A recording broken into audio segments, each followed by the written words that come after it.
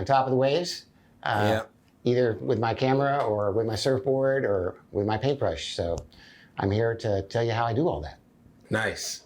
Yeah. So appreciate you for coming out today. Thanks for having me. Yeah. So I feel like this is a perfect fit with what you do.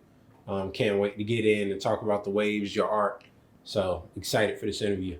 I'm stoked. Yeah. So, we'll just start out. Who are you and where are you from? I'm Ed Obermeyer. I'm from a lot of places. I'm from a military family that traveled all over the world, so I've seen impoverished nations and what it's like not to have anything and what it's like to have everything.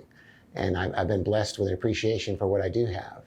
And I still got all my working parts, my original knees, shoulders, and arms at age 70. I'm still in the water surfing every day. And when I'm not surfing, I'm out there swimming and shooting with a water housing with expensive cameras. And just living the dream, trying to make a difference for everybody else. A lot of people have never had a picture of themselves surfing. So I've been into surf art since the 64. When I was a child, I started getting into it, and it expanded with my painting, and my father taught me a lot about photography. And over the years, the painting took over more than the photography, and now as I gotten older, it's become interesting because as you age, the aging surfer changes dramatically, and you can't go out for 5 or 6 hours and just push it because you'll rip out all your rotator cuffs and your knees and everything will just get trashed.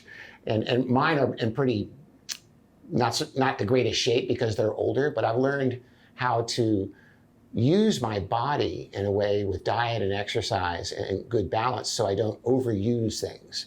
When I feel the overuse pain coming, then I back off and I'll go swimming and shooting instead of surfing. So I'll surf for one day for 3 or 4 hours really hard and feel my rotator cuffs and my knees and stuff get messed up in my hip and my back. And so then I'll stop and I'll go home and do my physical therapy that I learned from a lot of surgeons and doctors I've talked to that don't want to operate on me. They want to make sure I'm in the water getting more pictures of them because I have doctors that surf, which is, important. I want sports medicine guys working on me that know what I'm dealing with.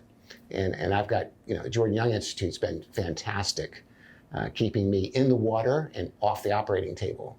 And it's about, watching your body, listening to the signs and paying attention to overuse and then backing off and doing physical therapy at home and watching what you eat and how much you eat and what you eat and drink. And all these things are really critical to a healthy lifestyle. So, and I've been lucky to have a healthy lifestyle through choice and just through the company that I keep. Yeah, definitely. So, I like how you put that in the water and off the operating table. Yeah, thank you. Yeah. So when did you learn to surf? 1964, my brother took me to Rehoboth Beach, Delaware, and Ocean City. And I just bought a new surfboard from Surfboards Hawaii.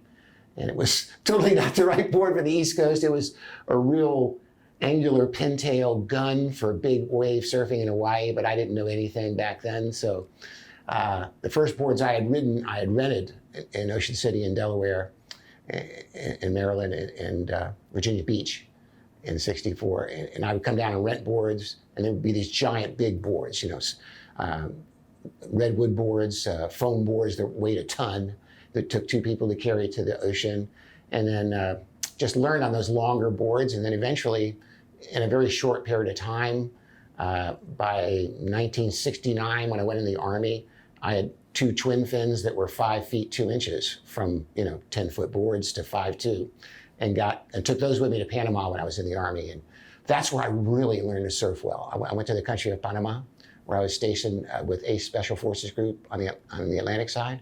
And I wasn't Special Forces, I was just airborne. I was an airborne engineer, but I had several military occupational specialties. I was a draftsman, heavy equipment operator and maintenance guy. Did a bunch of things, with the military. But after serving in the military there, when I did my job, oftentimes we would get time off and I would drive to the Pacific side and surf over there. And we had these perfect point breaks and the waves would just peel forever. And oftentimes I'd be out all alone, nobody to surf with, and just have these perfect waves. And other times I'd be there with, a couple of these guys that were local Canal Zone kids, and they had boards, and they just shredded, and I learned a lot from them.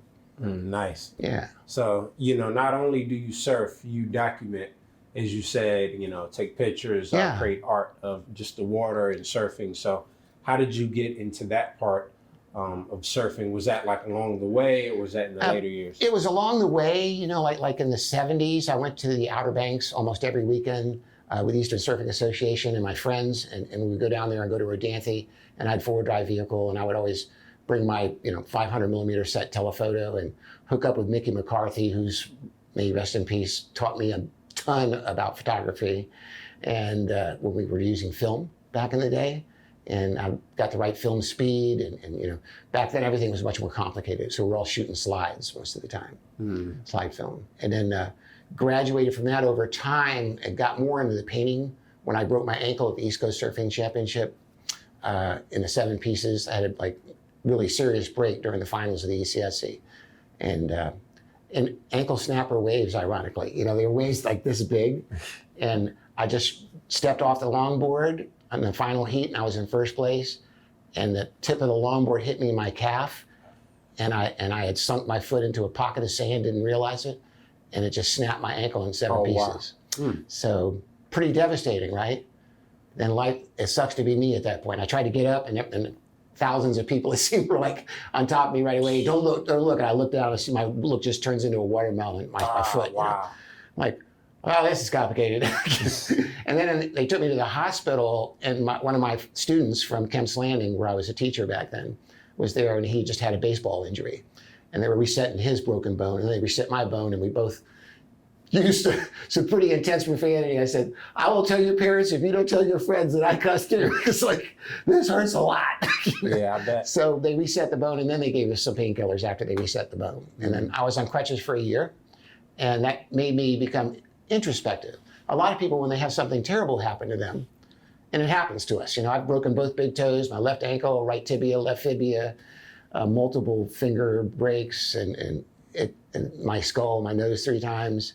So accidents are going to happen in the water. It's not like it happens on purpose. It's the nature of the sport. It's a very physical thing. And when things happen like that to your body and change what you normally do, your mind turns on a different set of gears, and you start thinking about things differently, and you become more introspective and okay, what other strengths do I have? I love surfing, I love teaching, but I have to keep doing the teaching, and I can handle that, but I can't do any of the surfing. So what am I going to do that will, get me there? And then I got more into my painting more seriously.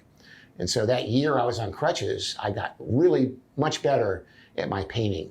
And then I started traveling more and studying birds and butterflies and frogs and doing 4x6, 8x10 foot paintings of those things, fragmented in a cubist style, but combining airbrush and paintbrush for 15 years or so, 20 years. And now I've evolved to the point where I don't use any airbrush at all. Everything's all paintbrush. And now, but earlier I was using other photographers' photos, a lot of Mickey McCarthy's photos, Sean Davey in Hawaii, who's one of the world's best. And would hook up with some of these people in Australia and Hawaii and around the world that are great photographers and get their permission and always give them credit, which most of you should do if you're going to use a photographer's work. We love for you to use our work. Just give us credit. Don't just use it and take credit for the whole thing. It's not nice. It's not respectful.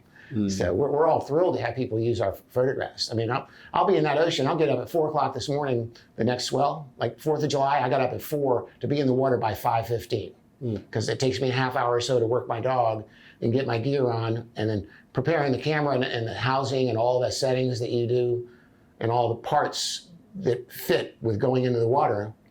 You need a lot of equipment. And you can go in there with nothing and take your chances, but if you get hit in the head, you could be a paraplegic the rest of your life. And with all the accidents I've had, I take out as much safety gear as possible. I wear an impact vest that's padded. I wear a gaff helmet, which is amazing.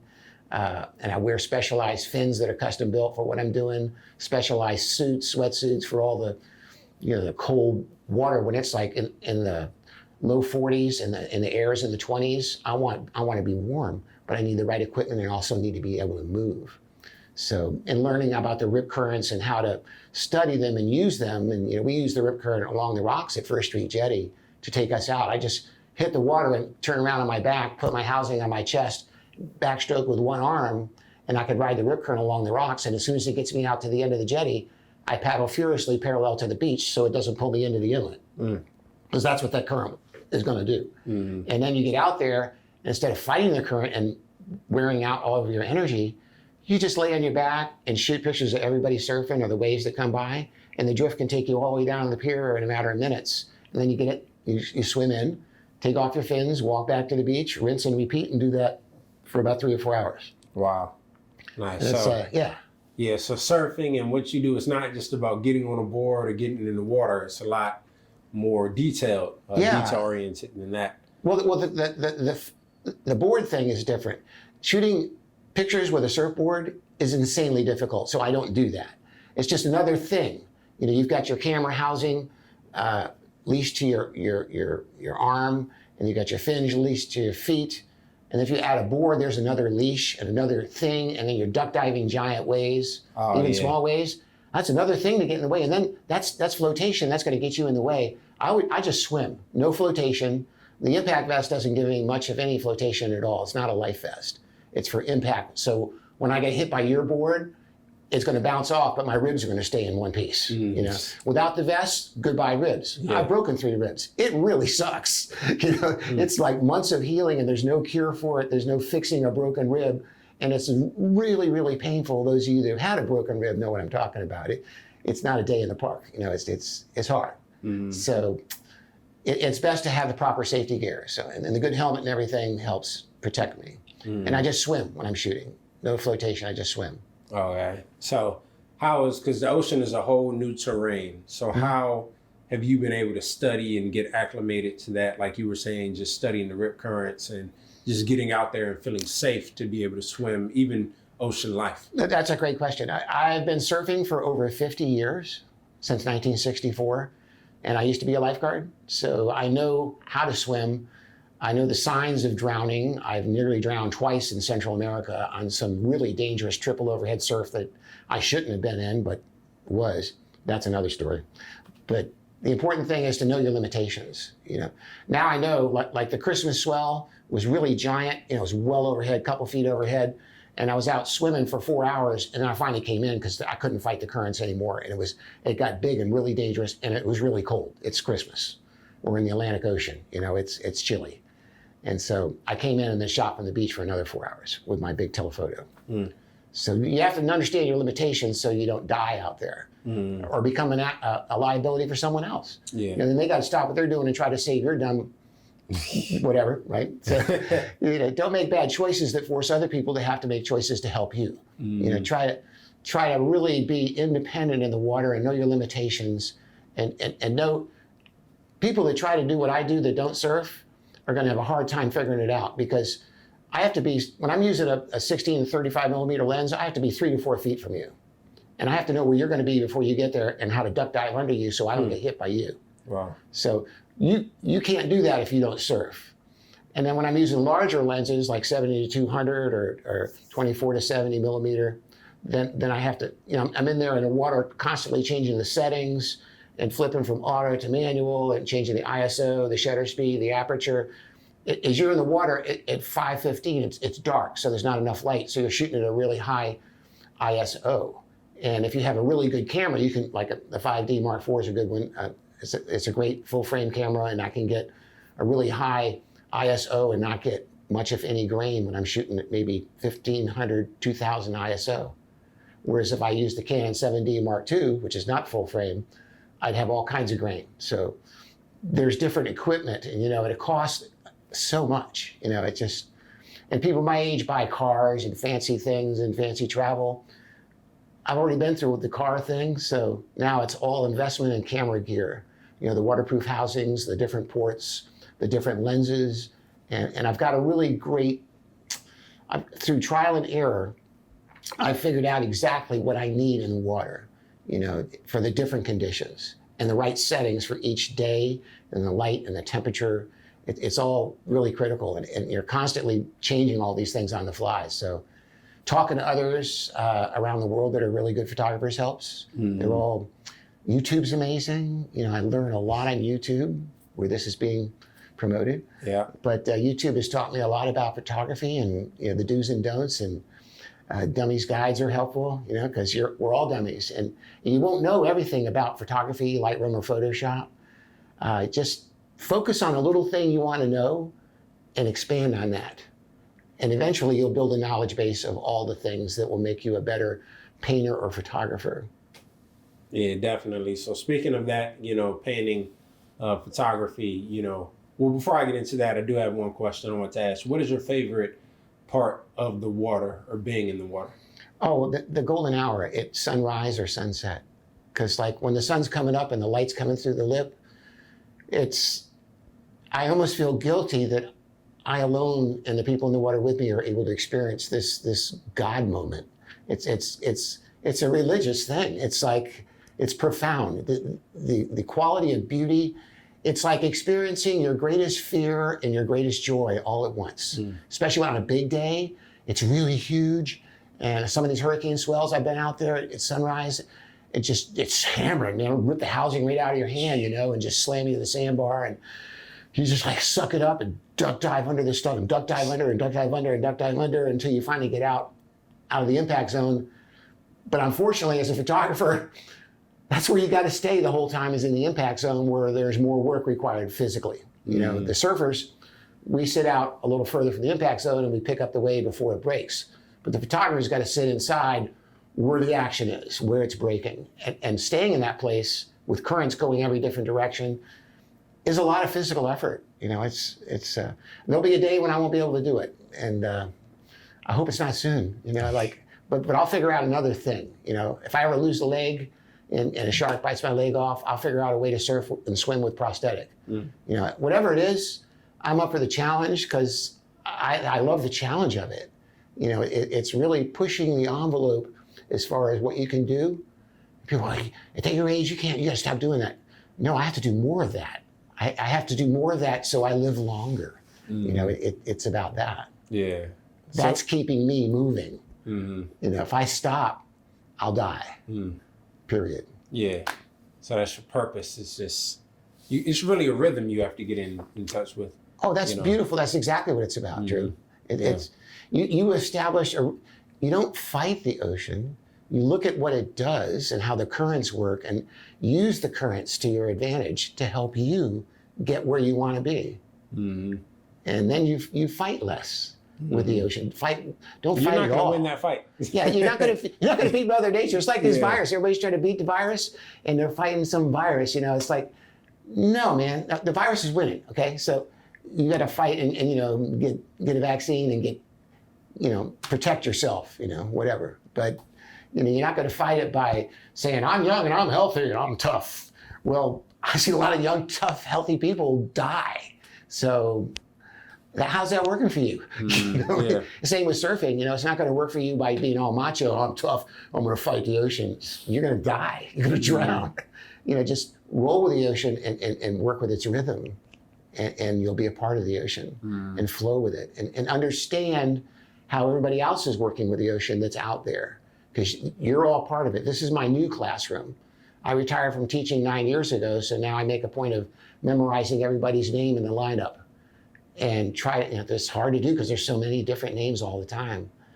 But it's important to know who they are, and you can encourage them, and say, hey, man, way to go, Megan, you're tearing it up out there, and just encourage people, and they'll take chances. I've had a lot of guys take off in total closeout waves that are just absolutely sick, and they know they're going to take off and die, a big toad, but they do it, and I get the shot, and they're stoked. And if sometimes they buy it, sometimes they don't, and I'm a big believer in giving, So if you've never had a picture of you surfing, I'm going to try and capture it, and you can have the low res digital. It's just low res anyway.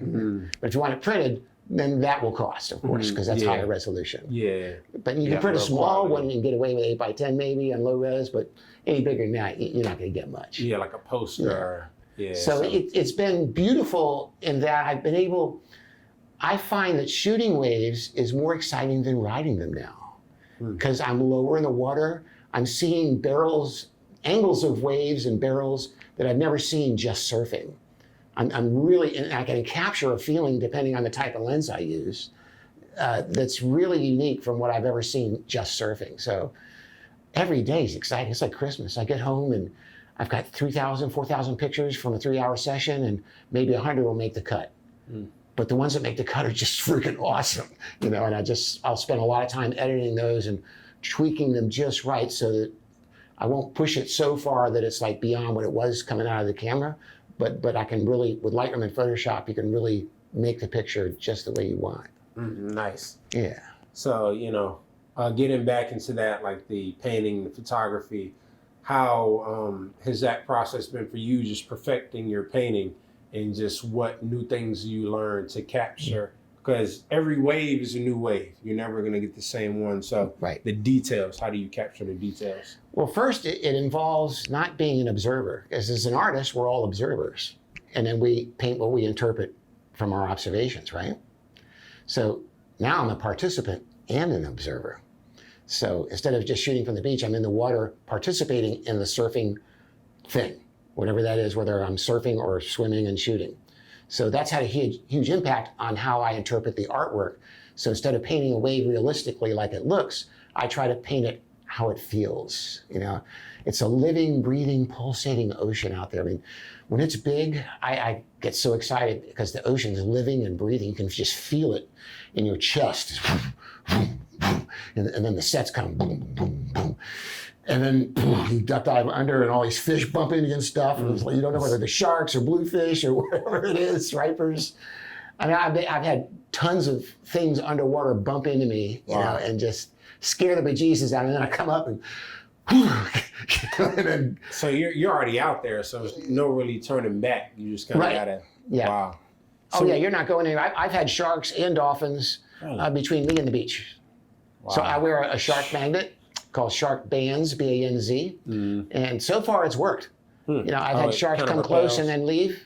So Oh, repels the sharks. yeah. Oh, wow. So, but unfortunately it repels the dolphins. I've tried to photograph the dolphins and they swim away. So that's why we use my 70-200 millimeter, and I can try to get the dolphins. Well, that's a nice, I guess, give or take. If it repels the sharks, I can, deal with repelling the dolphin. 'Cause- Well, to a point. to a Apparently point. it doesn't work with great whites and one other. So, but here we have bull sharks and tigers and black tips. Those would be, Florida's really big with the black tips. There's a lot of shark attacks there from them. But the sharks, you can live your life in fear, or you can live your life. What are you going to do? It's like, there's so many what ifs that would hold you back from doing something exciting and to learn something new and expand your vision. Why would you want to stop that just because of one fear? Don't be reckless, but be knowledgeable. Wear the proper safety equipment. If you wear something to repel the sharks, do it. And if you're confident without it, great. But it's like with everything else. I'd rather have every safety piece of equipment I can get my hands on, so I can enjoy the experience without the psychological fear.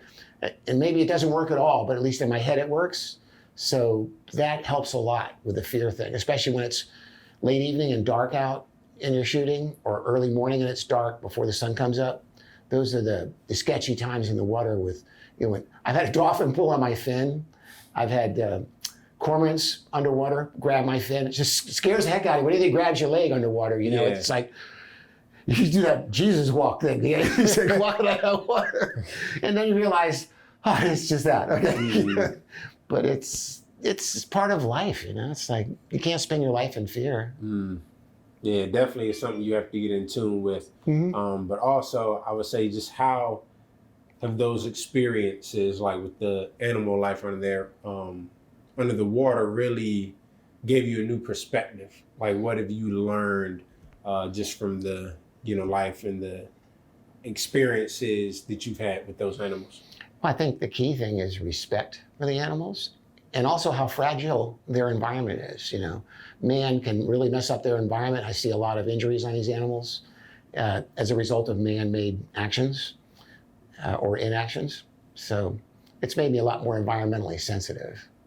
Okay, so also back into the painting photography, you say that support system is very big to you, like when people buy and just being able to capture and even giving photos away. So with you filming these different surfers and wave riders, how is that been for you just to support and what you've contributed to the community? Well, I think a lot of it has to do, let's get back to the painting, how it all works. Painters tell a story. Whatever they're doing, they're telling a story. And each one of my paintings has a very strong story. And then I'm recording everything at the jetty and at Pendleton in my community where I live. I'm doing a photographic catalog of everything happening, all these young people starting out as little Groms, and now they're young men with big businesses. I've been shooting these people for years. So it's, as far as giving back to the community, I'm giving them that memory of their experience in our community in the ocean. Mm-hmm. Nice. So are your paintings for sale? Yes. Okay. Nice. And where can the viewers find? On good question, edobermeyer.com, Obermeyer.com. And if you click on paintings, you can see paintings listed chronologically in folders. And then you can also see paintings reduced for sale. After a year, I start dropping the price of the paintings. And then after 2 years, a little more, 3 years, a little more, until eventually they're gone. Otherwise, you're drowning in your own inventory. Mm-hmm. I'm a prolific painter. I paint a lot. Mm-hmm. I paint every day. Today, before I got here, I set up a background for a painting I'm working on based on my July 4th and 5th shoot. Nice. So it's part of a series of paintings I'm doing based on my 4th of July series. And I work in a series of things. So it grows and develops. And I learn from one and then move to the next painting. So that happens. But I'm giving back to the community that way, I think. And I donate a lot of my paintings to charity for good causes. I've donated several to Coastal Edge, to different churches, different societies, different organizations locally. I believe in giving back. So I have definitely done that and continue to do that. Yeah, definitely. And also with the paintings, this may be a hard question for you, but, because you've painted so much, but do you have a favorite painting? Ooh. Well, it depends. Each year there is one that's like top of the charts. And sometimes I'll have a piece that'll win best in show at 2 or 3 or 4 shows. Glass Ceiling was one of those. And it won a big award in Manteo in North Carolina for the Frank Stick Memorial Show. And then it won a big award here in Virginia Beach at the Virginia Beach Arts Center for that show. Actually, one of them, the photograph one, and another one, the painting one. So I just did a regional exhibition at the Arts Center for another painting that won. And that was open to everybody on the Atlantic coastline, including Pennsylvania, Delaware, Maryland, Virginia, North Carolina, South Carolina. So it was cool just to get in that show. And then to actually get best in show for one of my paintings, I was like, wow. That was pretty special. Nice. Yeah. So do you enter shows often? I do. I was doing about 30 a year when I retired from teaching 9 years ago. While I was teaching for 34 years, I'd do about 5 or 10 shows a year. Mm-hmm. And then when I retired, I sold all my fancy cars, my Mini Coopers and stuff, and bought a van. I finally broke down and became, the van guy, right? But then I realized everybody in California, they're all using vans, and overseas Hawaii, they're all riding vans because it's a great changing room. It stores all the surf gear. And wow, in the winter, when it's cold out, there's nothing like a van. Oh, yeah. You got all your gear in there and photography equipment. Whereas a truck, you're reaching in and over. It's such a hassle with an SUV or a truck. So vans are definitely the ticket. And doing shows, I have a van and a trailer. So I keep all the heavy equipment in the trailer and the fine artwork in the van. And then I have it decorated with turtles and waves, so there's a set wave going down the road when I do a show in Florida or wherever. Nice. And I did about 30 shows a year, traveling to Florida quite a bit, North Carolina, South Carolina, and Pennsylvania and other states. And then I finally realized, I'm doing all these shows, and I'm not making a lot of money doing it. I'm really basically just traveling, and towing a trailer's gas mileage like crazy, it just drops dramatically. It cuts it 50% to like 12 miles a gallon, right? So then I realized I'm happier at home. So there's enough shows in Virginia, I can do plenty right here. So I do the Boardwalk Art Show, the Neptune Festival, the New World Arts Festival in Manteo, North Carolina, the Port Warwick Art and Sculpture Festival. just bunches of shows in Hampton, Portsmouth, Newport News, Williamsburg, Occasion for the Arts in Williamsburg.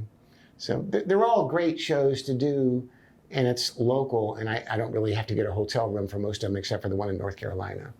So I like that, being in my home state. I love Virginia. Yeah, definitely. I'm glad you brought that up because I do have a question about just, the growth that is happening out here, and you've been able to see and document that. But, how do you feel about the development, the growth that Virginia, especially Virginia Beach, is seeing right now? Oh, I think the growth in Virginia Beach has been amazing with the Vibe concept and MoCA, the Museum of Contemporary Art, collaborating with local artists more than they ever have in the last few years. I see MoCA being a huge driver in change to make art more available to the community and to visitors, and to make it more possible for young people and older people that want to delve into the arts and make a living at it, making that an obtainable thing. Because before, making a living as an artist was made of some substance known as unobtainium. You can't possibly do that. You have to do this, right? And so it's actually a lot more obtainable. And I've got a former student, Alex Venezia, who's a nationally and internationally recognized portrait artist now.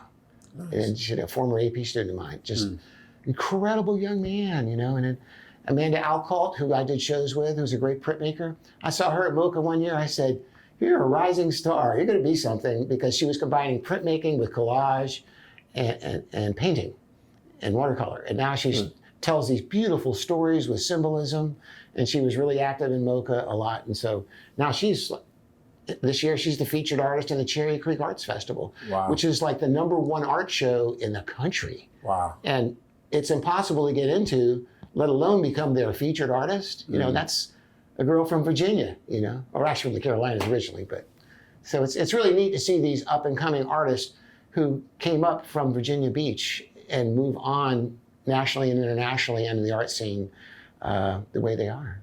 So you were an art teacher? I was for 34 years. 34, wow. Yeah, okay, 30 nice. in middle school and 4 in high school. I was the AP art teacher when I ended at Ocean Lakes High School. Okay, nice. So how was that experience, being able to just kind of pour into It was the great. future? I had kids that, in my sculpture class, for example, that never, they were in AP Physics and AP Calculus and AP this, that, and the other. And I don't know that much about calculus and physics, and I know physics is dealing with movement of things, but that's it, right? So, and minimal things about physics that we had to learn in high school. But these kids knew so much. We were building PVC didgeridoos based on a trip I took to Australia when I was living with Aborigines for a month. And then I came back and taught about that culture to my art teachers and art students. And I try to ask these AP physics kids, well, what are you doing in physics? And we're studying the physics of sound and how it's created and the depth and diameter of things, how it reverberates our sound.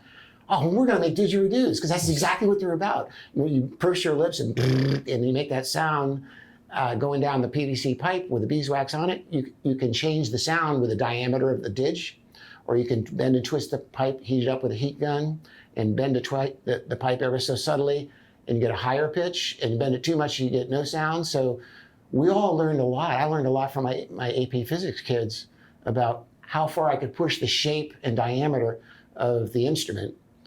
And they learned a lot about the Aboriginal culture and the patterns and how to tell a story with symbolism of their own that was based, in fact, on Aboriginal culture in Australia. So, yeah, it was a great experience. Yeah, it's so broad, and just art can be so versatile. There's just like a lot of ways to go with it. So I know that was, fun and exciting for you to teach. Well, teaching was fun. It was like, I felt guilty taking money every day because I went and had fun teaching. Wow. Some people go, oh God, I got to go to work. I go, good morning, God, I'm going to work. I'm going to get there an hour early to set it up so we have the Mr. O show ready to go, and we're like, fire this thing up, let's go. And I see a lot of new teachers today during the pandemic have really pushed the envelope on teaching. I see great things for the future. These young teachers are sharp. And my hat's off to these kids, man. You guys, old and young alike, that hung in there teaching during the pandemic and doing all this virtual learning, and then having to come back and dealing with the mask thing and all the different physical limitations. it's just incredible what they've gone through and overcome these big hurdles to make a difference. And that's really all I want to do is make a difference. Yeah. That's at this stage in life, if I'm making a difference, I've made a difference. And that's all that matters. Well, you are. I hope so. Yeah.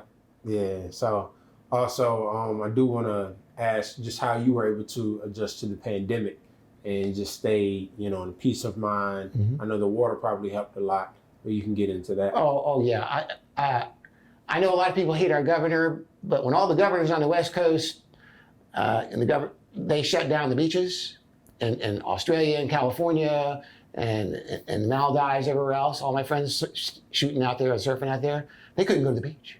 Central and South America, they couldn't go to the beach in Panama. In Panama, they would arrest you and lock you up if you left your house. Wow. And then you have like I have a friend named Richard Brady down there. He's telling me that you have like a very short window that you're assigned to leave your home, go get provisions, and then get back. He's like an hour away from the nearest provisions or store, right? And it's not like a big grocery store like we have here. When these people in foreign countries have to go get something to live on for a week, they have their little 2-hour, 4-hour window. They've got to go to the store. They can't go with a list. They go to the store and see what's there. It's like, well, they got this, they got that, and they get what they can, because you go with a list in a foreign country, it's not like America where you have these stores with all this stuff. It's like, big it doesn't work like that overseas. You get what's there. So you get it and get back home. And, our lockdown is nothing compared to how it was overseas in Europe, and still is in a lot of places. Yeah. So definitely. the pandemic for me was actually, I made more money during the pandemic than I did doing 30 art shows a year on the road. I would make new things and I would pump it up on Instagram and Facebook and on my website, and I would tell people, this is the latest release, this is what I got now, this is what I have available, the original's this, the prints are this. I'd have 3 print sizes that are everybody's price range that can be affordable to everyone, and then send me a screenshot of the one you want, and it give me your address and phone number privately in a private message or email or text, and then I would deliver to their house, and I would take the money on PayPal so nobody touched anything. And I was, during the whole pandemic, I was delivering artwork to people. Nice. It was amazing. And I developed even more relationships, had Zoom chats with these people. And so I had to reinvent myself. I had to adapt. And those who adapt succeeded and excelled and evolved. And those that did not, unfortunately, did not. And a lot of those businesses just went south. Yeah, definitely. And that's life. Life is about, when life gives you lemons, you make lemonades. When bad things happen, you've got to face the challenges and move forward, and not be afraid to make mistakes. Like I was telling you earlier, my motto is, there are no mistakes, just changes in direction. If that didn't work, then do this. Oh, that didn't work, do that, until you finally hit on what does work. But life is going to be about failure. Failure you should welcome with open arms, because that's how you're learning. If you stop failing, you're not learning. Yeah, you gotta innovate, and just like the water and waves, you gotta go with the flow. Yeah, exactly. Yeah. Or you're gonna drown. Yeah. In a sea of poverty, unfortunately. Yeah. But I've seen a lot of businesses flourish. So it's been amazing to see what's happened in the pandemic and who's been successful and why. I watch others and learn from their success. Definitely. Yeah, well, appreciate you for coming out today so much. Yeah, enjoyed the conversation, of course, water Likewise. waves, and just kind of, hearing more about your art. So thank you.